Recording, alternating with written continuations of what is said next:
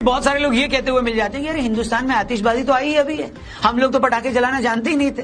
तो ये इंपॉर्टेंट था इसलिए हमने बता दिया। अब आते हैं इस बात पर कि इन पटाखों को जलाने से कितना पोल्यूशन होता है और इससे सच में नुकसान कितना होता है या होता ही नहीं है।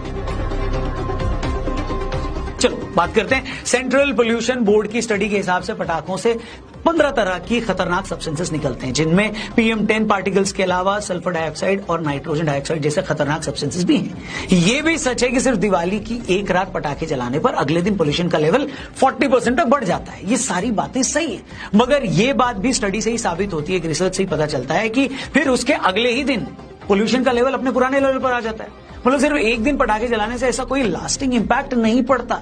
चलो मैं ये भी मान लेता हूं कि एक दिन भी अगर हवा खराब होती है तो भी इसको बैन कर दो, चलो ये भी मान लिया, ठीक है, नहीं जलाएंगे हम पटाखे। मगर हिपोक्रेसी तो इसके बाद शुरू होती है। दोबारा से कुछ आंकड़े देख लीजिए।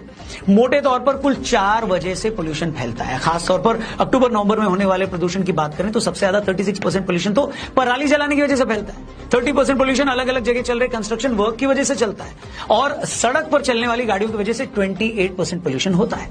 अब हम अगर मान भी लेंगे बचा हुआ बाकी सारा पोल्यूशन पटाखों की वजह से होता है तो वो भी कुल पोल्यूशन मिलाकर 6-7% भी नहीं है।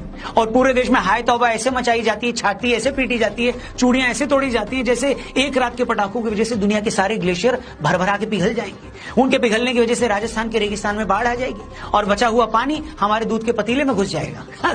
बढ़िया है भाई, जबरदस्त, एक नंबर। इसीलिए इस हिपोक्रेसी पे, इस दोगलेपन पे सबको गुस्सा आता है। दिवाली के जिन पटाखों से सिर्फ 6% के आसपास का पोल्यूशन नहीं फैलता, उस पर इतना हल्ला काटा जाता है जैसे सिर्फ एक रात पटाखे जलाने से ओजोन लेयर का पर्दा फट जाएगा।